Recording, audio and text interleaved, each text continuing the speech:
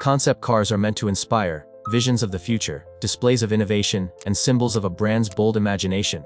Some concepts pave the way for production models that redefine entire industries. But for every revolutionary concept car, there's one that makes you ask, what were they thinking? In the race to stand out, automakers have occasionally gone so far off the rails that they left common sense, practicality, and taste behind. These are the worst concept cars that should have never existed.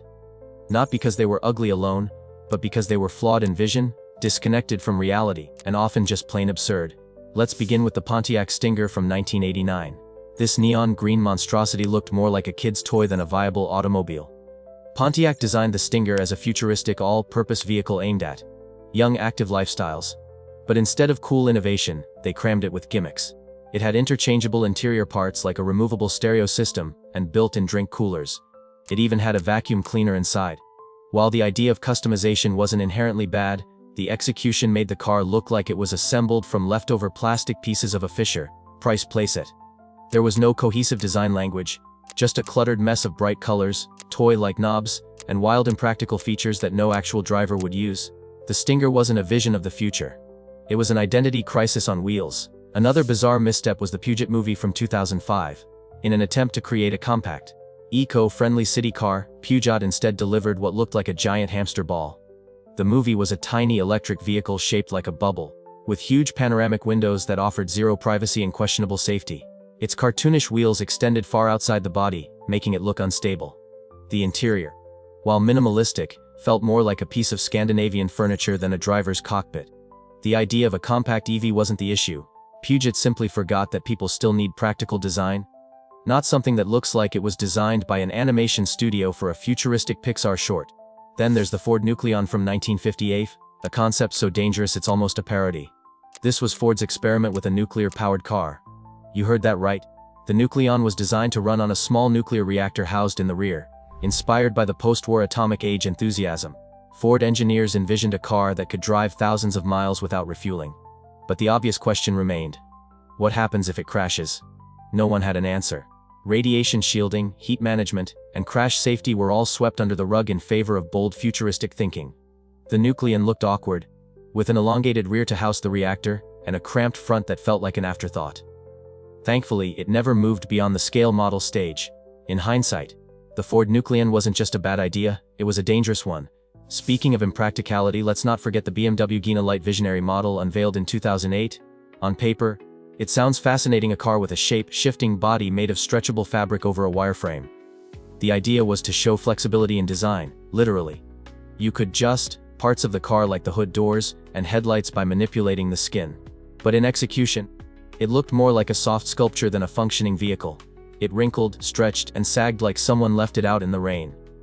Sure, it made headlines, but no one seriously thought this could translate into a real-world application. The Gina was a concept that prioritized abstract artistry over any engineering reality, which made it a conversation piece but also an undeniable failure in feasibility. Let's talk about the Dodge Super Hemi from 2001, a retro-futuristic experiment that fell flat on both fronts. Designed as a nod to classic American muscle cars, the Super 8 looked like a car from a comic book. Its proportions were strange, with a bulbous body, tiny grille, and oversized roof. It combined old-school chrome touches with an oddly tall stance that gave it the silhouette of a toy car. The interior featured an airplane-style joystick instead of a traditional steering wheel, which, while cool-looking, was completely impractical for everyday driving. The Super 8 Hemi failed to recapture the cool of old Mopars and instead became an awkward fusion of past and present that pleased neither muscle car purists nor fans of futuristic design. Another head-scratcher came from Renault with their EZ Ultimo concept in 2018. Meant to be a luxury autonomous lounge on wheels, the EZ Ultimo looked like a geometric brick wearing a tuxedo. With no steering wheel or driving controls, the concept imagined a world where humans are purely passengers, lounging in reclining seats while the car handled everything. But instead of elegance, it came off as pretentious and soulless.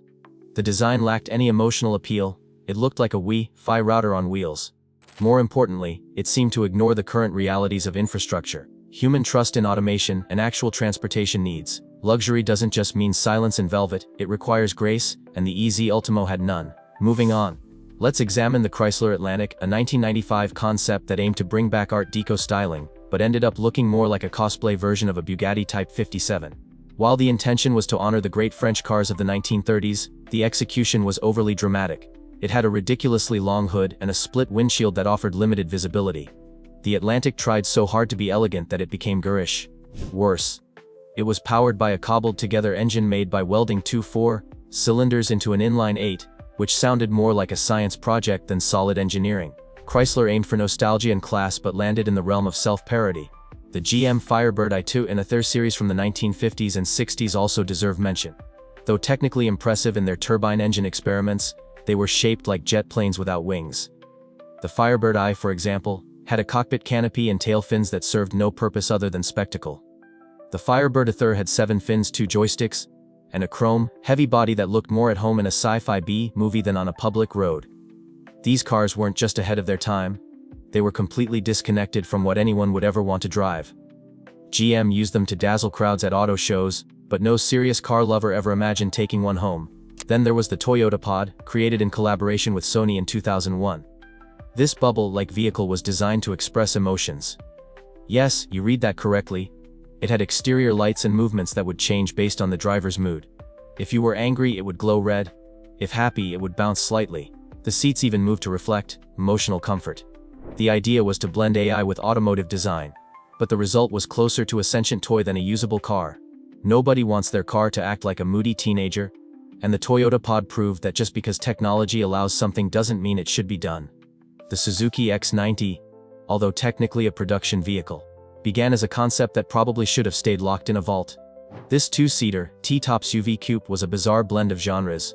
It tried to be sporty, rugged, and fun, but failed to do any of them well. It was too small to be practical, too slow to be sporty, and too weird-looking to attract buyers. The X90 ended up being a commercial disaster, with people unsure whether it was meant for off-roading or grocery runs. Its strange proportions, bubble roof, and confused identity make it one of the clearest examples of a concept that should have been quietly shelved. Finally, no list of bad concept cars would be complete without mentioning the Lincoln Futura, which would eventually become the Batmobile. While iconic today thanks to its Hollywood fame, the Futura itself was a nightmare of proportions. Giant tail fins, dual canopies, and exaggerated bodywork made it more spaceship than automobile. It was difficult to get into, harder to see out of, and practically undrivable in any conventional setting. While it found a second life on screen, the Futura's original purpose as a serious design study was laughable. It embodied everything wrong with mid-century design: excess, overstyled, overhyped, and entirely unrealistic. In the end, these cars serve as a reminder that not every idea deserves the spotlight. Concept cars are meant to push boundaries, yes, but they must also remain tethered to reality. When designers forget about function, user experience, or the most basic rules of taste, they don't create progress, they create spectacles. And while these failures may have entertained us, they also offer lessons in restraint, clarity, and the importance of design rooted in purpose. So the next time you walk through an auto show and see a glowing, voice-reactive 3-wheeled bubble vehicle promising to revolutionize urban mobility, remember this list. Ask the hard questions. Is this innovation, or is it another Pontiac Stinger in disguise? Because history has shown us that just because you can build it, doesn't mean you should.